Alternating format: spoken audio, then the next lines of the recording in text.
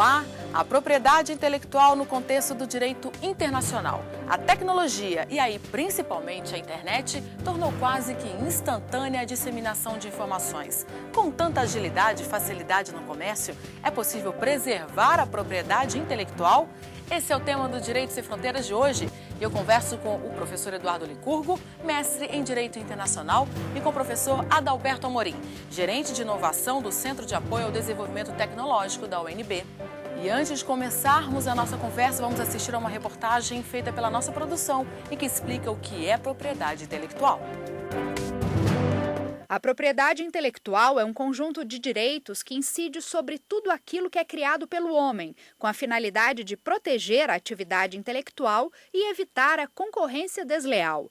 As pessoas que criaram obras literárias, artísticas, industriais e científicas devem receber recompensa pela própria criação e o devido reconhecimento por isso. Um dos casos mais recentes de discussão de propriedade intelectual envolve as empresas Apple e Samsung.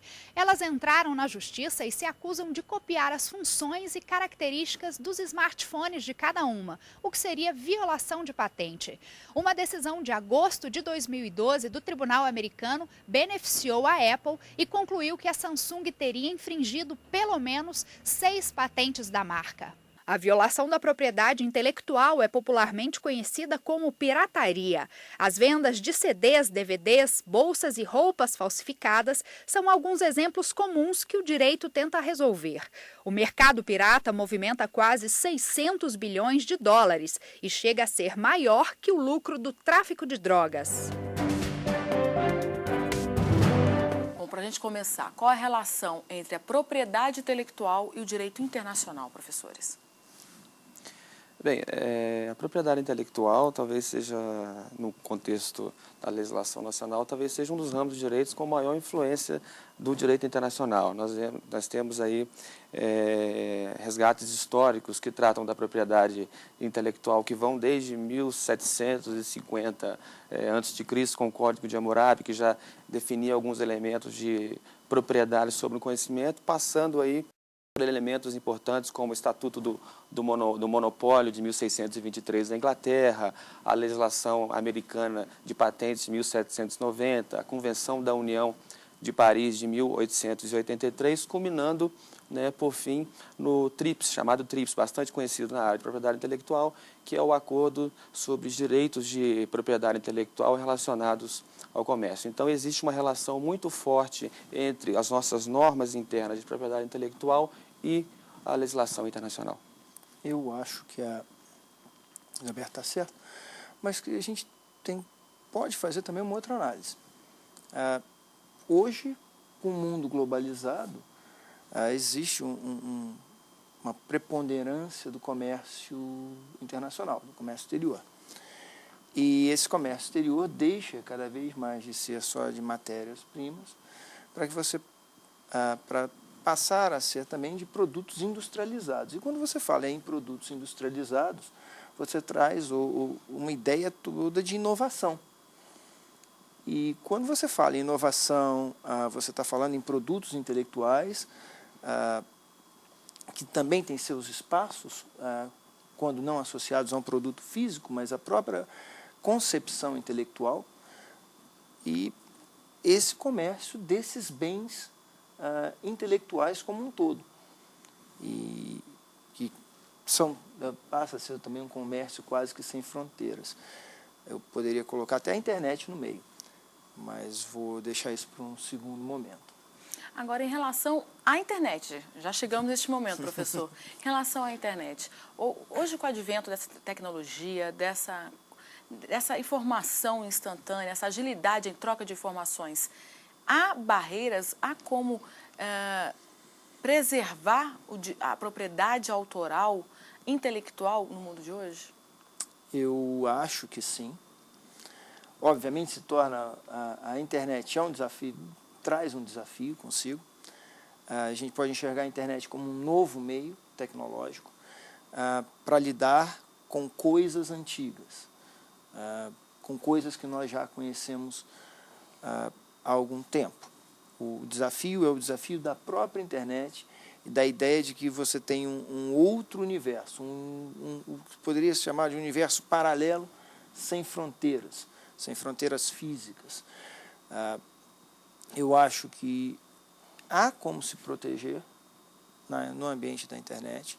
É uma proteção mais difícil, que requer um grau de compreensão de todos os fenômenos associados à criação intelectual, ao meio de divulgação, de disseminação, mas que é possível. Talvez a legislação não tenha acompanhado a velocidade do desenvolvimento tecnológico. E nem vai conseguir acompanhar, porque o tempo para se legislar é diferente do tempo para se maturar, do tempo do desenvolvimento tecnológico. Então, são duas coisas que giram em velocidades diferentes. Mas talvez se a gente repensar um pouco o direito e tentar aplicá-lo a novos paradigmas, seja possível. Tanto é que eu acho que essa questão toda dos desafios lançados pela internet é uma das principais motivações também que estão levando à revisão da nossa própria lei de direitos autorais, né? Ou seja, existe a necessidade de adequação. E embora acompanhar a legislação, seja difícil que a legislação acompanhe o desenvolvimento científico, tecnológico, a evolução da comunicação, nós temos nesse momento a necessidade, por exemplo, de revisão da nossa legislação de direitos autorais, principalmente em função dos novos desafios lançados pela internet. A gente está falando, num primeiro instante, a gente está olhando para a legislação de direitos autorais. Mas me parece que não só a legislação de direitos autorais. Já parece que há pouco o Congresso aprovou a chamada Lei Carolina Dickmann, Sim. que é de direito de personalidade. Personalidade. Está próxima à propriedade intelectual, está ali de alguma forma relacionada a direitos autorais. Quando você fala em fotografia, o fotografado... O direito de imagem. De imagem dele, né? Então, você tem ali os dois combinando num mesmo produto, na obra fotográfica, e você vê esse reflexo no Código Civil. Eu não duvidaria que em mais alguns, não sei, anos, ou talvez mais uma ou outra década, a gente comece a repensar também a lei de propriedade industrial. Marcas na internet, a utilização, a exploração, a concorrência desleal na internet. Então, eu acho que é muito... Essa adequação ela vai começar com um novo pensamento sobre o próprio direito no meio. E quando se fala em internet, ela é só vilã ou também ela pode contribuir para o novo processo, no ponto de vista da inovação e da criação, professor Adalberto? A internet é só vilã nesse caso? Não, na medida em que nós, por exemplo, temos uma concepção de que uma inovação ela só se torna de fato uma inovação enquanto ela consegue de fato ter um impacto sobre o mercado, a internet, na verdade, ela é um grande instrumento de disseminação das inovações surgidas, ou seja, do produto da criação do intelecto humano, dentre eles os elementos vinculados tanto à questão dos direitos autorais quanto à propriedade industrial, a internet funciona como um mecanismo de disseminação dessas inovações. Então, obviamente, não é apenas uma vilã, mas uma parceira também nesse sentido. Bom, e nesse contexto de propriedade intelectual, quando se fala em internet, principalmente falando em mulher, se pensa muito em consumo. E existe uma indústria mundial de cópias, de falsificação, e na cabeça da gente vem logo os países como China e Coreia. Existe como coibir este mercado? Existe como evitar que essas mercadorias se alastrem ainda mais no mundo? Vê só, a gente tem os instrumentos internacionais que permitem que você busque a proteção. Um deles é o TRIPS,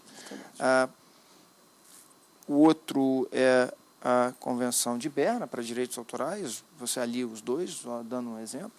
Mas existe um arcabouço jurídico internacional que, se não é perfeito, é muito bom para esse tipo de proteção. O problema todo é que você depende de ações pontuais em vários países. Então, por exemplo, se eu tenho um fabricante chinês, eu estou chamando aqui o fabricante, pode ser um fabricante de produtos originais ou um fabricante de produtos contrafeitos, piratas. E ele coloca o seu site na internet. Teoricamente, eu tenho qualquer indivíduo no mundo podendo acessar aquele site, e se essa pessoa tiver talvez um cartão de crédito internacional, ela possa comprar aquele produto vendido. Vamos imaginar que ele fosse uma bolsa, já que você colocou o universo feminino, e eu acho que algumas mulheres são loucas por bolsas, outras são por sapatos, e aí, mas os homens também têm seus defeitos. Então, vamos imaginar, eu quero comprar uma bolsa, então eu vou nesse site chinês, ou coreano, ou, enfim, e faço essa compra dessa bolsa. Esse produto, a transação foi cibernética, foi eletrônica. Mas esse produto não vai chegar na minha casa através do meu computador.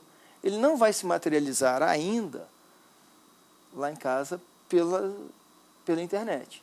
Daqui a pouco, como estão fazendo agora impressoras em 3 dimensões, talvez um dia eu consiga fazer isso, mas não nesse exato instante. Mas, então, vamos imaginar, esse produto ele vai vir através dos canais de importação normais. Bom, aí eu tenho 2 ações. A ação no país de origem, aonde a pirataria ou essa comercialização deveria ser coibida, mas coibida por quem? Pelas autoridades locais e talvez muito mais pelo próprio titular daquela marca que está se dizendo, ou daquele produto que se diz falsificado. E no país importador, onde as autoridades alfandegárias deveriam ter o conhecimento de que aquele produto é falso e atuar em conjunto com os titulares. Parece que aqui no Brasil isso ocorre. Bom, nós vamos interromper nossa conversa um pouquinho, porque a gente vai para um breve intervalo e na volta vamos falar sobre propriedade intelectual. Não saia daí.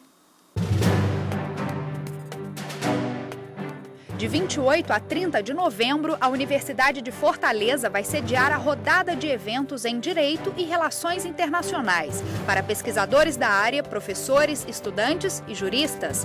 Informações e inscrições no site www.unifor.br.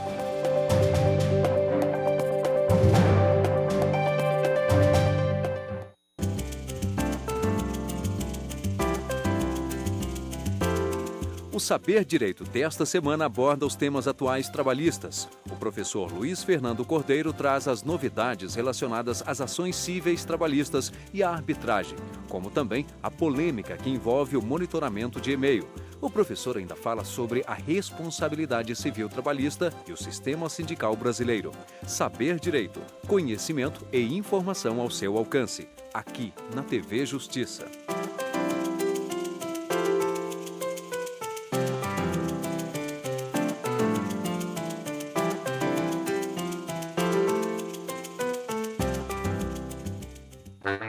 Já imaginou um espaço virtual com jogos, músicas, vídeos, desenhos e muitas brincadeiras? O Portalzinho do CNJ é esse espaço para aprender brincando. Pais e professores também podem visitar a página e participar da formação dos pequenos cidadãos. As crianças vão conhecer mais os seus direitos e para as escolas tem até uma dica. Quem quiser fazer uma visita ao CNJ, as portas estão abertas. Venha brincar e aprender com a gente!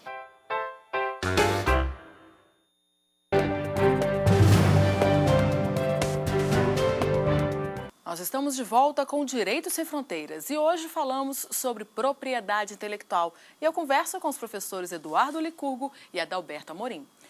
Bom, no bloco anterior falávamos muito da internet, mas nós temos uma questão ligada à propriedade intelectual muito palpável e muito próxima da gente, que é a questão da biodiversidade.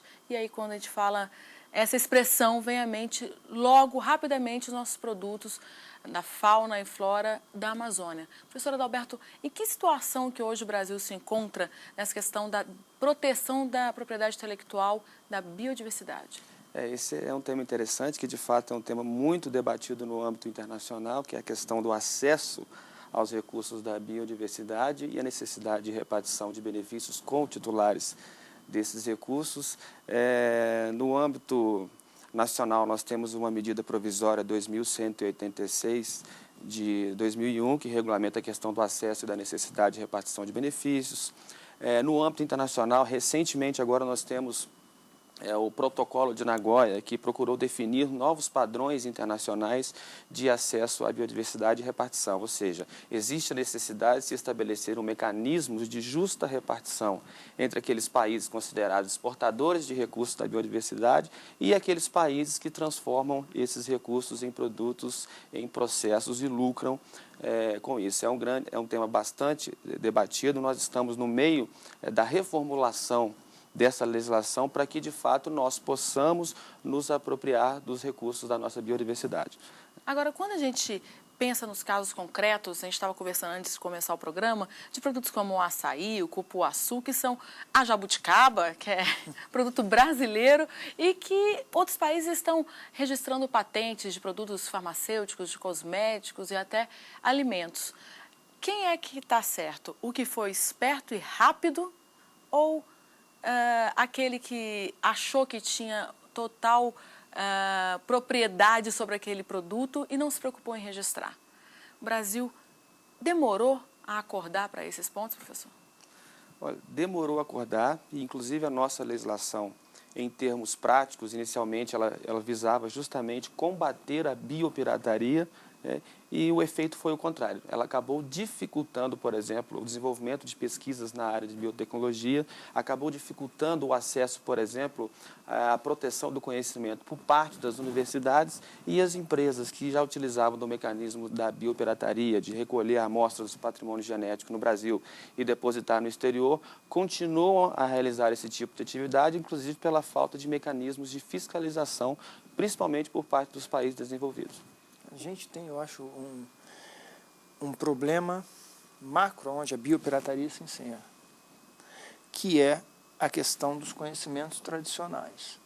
Porque a biopirataria, a gente está falando de um ponto, mas quando a gente olha para conhecimentos tradicionais, a gente tem um termo até maior. E a gente discute pouco isso. Então, a nossa legislação tende a evoluir lentamente porque você não tem uma visão global e precisa sobre o assunto. Então esse eu acho que é um dos grandes problemas, aliado aí a que nem sempre você pode acertar na primeira vez. Eu acho que o Brasil caminha quando começa a discutir, mas falta alguma coisa. Agora, quem pega uma patente de um produto nativo, produz produtos e ganha muito dinheiro com isso, deveria pagar algo ao país de origem desse produto? Seria esse o raciocínio? É a concepção original desde a Convenção da Diversidade Biológica. O Brasil hoje não tem recebido muito sobre os produtos com matéria-prima nossa, é isso? Não, me parece que alguns empresários brasileiros entenderam isso e conseguem desenvolver produtos nacionais com conhecimento nosso, a própria indústria, e eu poderia citar o caso da Natura, em que bem explora isso, inclusive exportando esses produtos. Mas são poucos. Eu acho que o desenvolvimento, até porque é um tema muito recente, quando a gente fala em biodiversidade, a discussão já está mais avançada, conhecimentos tradicionais, a questão de folclore e tudo mais, é uma discussão que ainda está no início, mas não no início só aqui no Brasil, globalmente. Alguns países estão um passo à frente, nós não estamos nesse patamar ainda, mas já estamos querendo chegar lá. É uma questão de compreensão. Você precisa compreender o fenômeno para poder regulá-lo. Então, como é que você protege de esquecer um conhecimento tradicional que, por exemplo, você não consegue atribuir a alguém? Como proteger a jabuticaba, se ela é da natureza? Em tese, seria uma criação de Deus. A gente não discutiu isso lá atrás. Então, a gente começou uma discussão recentemente. E se comprovado que a jabuticaba, esse fruto, só é produzido em solo brasileiro? Isso não dá direito ao governo brasileiro, ao Brasil, de ter o poder dessa patente de produzir produtos a partir da matéria-prima jabuticaba? Existe no mundo já acordos e sistemas para regular isso, o que é produzido nesse país? É só nesse país ou existem outros? Existem convenções internacionais, por exemplo, que definem elementos que são característicos da biodiversidade em determinado país. E, ou seja, esses mecanismos que definem a questão da apropriação também. O problema todo, né, isso desde a Convenção de Diversidade Biológica e passou agora pelo Protocolo de Nagoya. O problema todo reside principalmente na questão da fiscalização internacional sobre essa questão da apropriação do conhecimento. Esse que é o grande desafio e que a nossa legislação no âmbito nacional também vai se ver adiante, né? Então, essa questão da fiscalização e do chamado enforcement dessas normas internacionais é que é o grande problema da atualidade. Se me permite só um complemento. A gente está falando de biopirataria, mas uma biopirataria que a gente pensa que é moderna, mas já acontecia lá atrás. Sim. Café e o ciclo da borracha. Países competindo. Eu não possuo seringueiras no meu país. Mas alguém leva para lá, tira de um país, leva para o outro e ganha uma vantagem. Então a gente vê que esse comportamento não é novo. Ele é um comportamento já secular. A discussão dele é que é muito A novidade é olhar para este problema, né? Olhar que isso é um patrimônio, né, do país.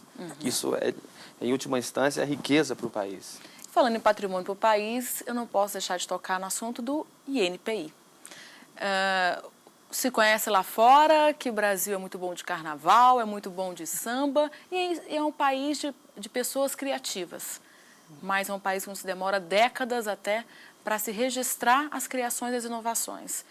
O governo brasileiro tem mudado em relação a isso? Se me permitem, eu acho que aqui o governo da presidenta Dilma tem adotado uma postura diferente. Eu acho muito melhor, e quando eu digo muito melhor, é realmente muito melhor do que os governos anteriores. Não fica só no discurso e está nas ações. O INPI, que hoje é comandado pelo Dr. Jorge Ávila, tem feito sistemáticos concursos públicos para aumentar o seu quadro. Agora foi aberto um novo concurso público. O Ministério do Desenvolvimento, através da Agência de Promoção de Exportações, a Apex, recentemente firmou um acordo, uma parceria, eu já não sei qual foi o instrumento, mas conseguiu colocar produtos brasileiros na Macy's, na rede Macy's, ou seja, em todas as lojas da Macy's nos Estados Unidos, o que deu uma visibilidade gigantesca para os nossos produtores e para o Brasil, para o produto Brasil no exterior. Eu digo no exterior porque, apesar dessas lojas estarem nos Estados Unidos, elas são visitadas e por elas passam pessoas do mundo inteiro, diariamente. Então, acho que há uma postura mais pontual. O problema do INPI é que, quando você fala em análise de patente, mais análise de patente, o Adalberto pode até falar sobre isso, e análise de marcas, isso leva muito tempo. Mas é um processo burocrático longo ou falta de pessoal? Eu acho que é uma combinação dos dois. Só que o INPI está tentando recuperar o tempo perdido em matéria de pessoal, só que você leva tempo para treinar essas pessoas. A pessoa que é aprovada num concurso público, ela toma posse no INPI e não vai analisar imediatamente uma patente, ela tem que ser treinada para aquilo. E a gente teve um déficit de pessoal muito grande. Quando o INPI tiver com seu corpo, ou aquele corpo tido por razoável formado, vai ter um número grande de patentes represadas. E eles vão ter que lidar com essas patentes represadas até que a gente consiga entrar no sistema. Eu acho que é isso. Se analisar há pouco tempo a questão da evolução do período que o INPI tem levado para a análise dos pedidos de patentes, por exemplo, tem reduzido bastante. O órgão tem passado por uma profunda reestruturação, o que leva à questão da contratação de novos examinadores, leva, por exemplo, à definição de estratégias como exame prioritário das chamadas patentes verdes. Então, o órgão tem se esforçado nesse sentido. O INPI tem desenvolvido um trabalho muito interessante também de capacitação nacional de pesquisadores na área de propriedade intelectual, da importância de se proteger o conhecimento como fator de estímulo às inovações do país. Essa questão da cultura, né, é um problema grande. A cultura da propriedade intelectual no país é um problema grande, tanto para a academia quanto para empresários. Nós, por exemplo, somos o 13º país em publicações científicas mundiais, mas depositamos apenas 568 patentes, por exemplo, nos Estados Unidos. Muito pouco. Um número extremamente baixo. Então, é importante se criar essa cultura no país também. Por que não chamar o empresário e associá-lo a uma e estimular instituição? O desenvolvimento, Sim, a criatividade, a inovação. Né? Eu me lembro de um energético que acabou sendo desenvolvido em conjunto pela USP com o empresário, para competir no mercado. O empresário tinha os recursos, a USP tinha a capacidade de pesquisa e se associaram. Por que só as universidades e instituições públicas? Por que não as privadas? E, eventualmente, as privadas teriam até mais facilidade nesse trato, né? Talvez uma facilidade um pouco maior nessa contratação, não sei, por serem instituições privadas e não públicas, não estarem tão presas aos mesmos princípios do gestor público. Não sei. Isso tende a ser maior nas universidades públicas por conta das atividades de pesquisa, né? Se você analisar a concentração de mestres e doutores, ou seja, daquelas pessoas dedicadas à pesquisa em áreas estratégicas do conhecimento, cerca de 80% encontra-se na docência do ensino superior e grande parte nas universidades públicas. Então, algo mais afeto às públicas, mas muitas instituições também privadas são conhecidas pela excelência nas suas pesquisas e que, para que a inovação de fato possa acontecer, é importante essa associação com o setor produtivo. Então, né? É a associação do setor público e privado em prol da inovação e da criatividade, né, professores? Eu acho que o governo tem dado indicativos disso. Falta a gente mudar um pouco a mentalidade do setor, e aí eu acho que é do setor privado. Bom, eu agradeço a presença dos senhores aqui no Direito Sem Fronteiras. E eu conversei com os professores Eduardo Licurgo, mestre em Direito Internacional, e com o professor Adalberto Amorim, gerente de inovação do Centro de Apoio ao Desenvolvimento Tecnológico da UNB, sobre a propriedade intelectual no contexto do direito internacional. Agradeço também a você que nos acompanhou nessa edição. E para rever este programa, basta acessar o site www.tvjustiça.jus.br. Te encontro na semana que vem. Tchau!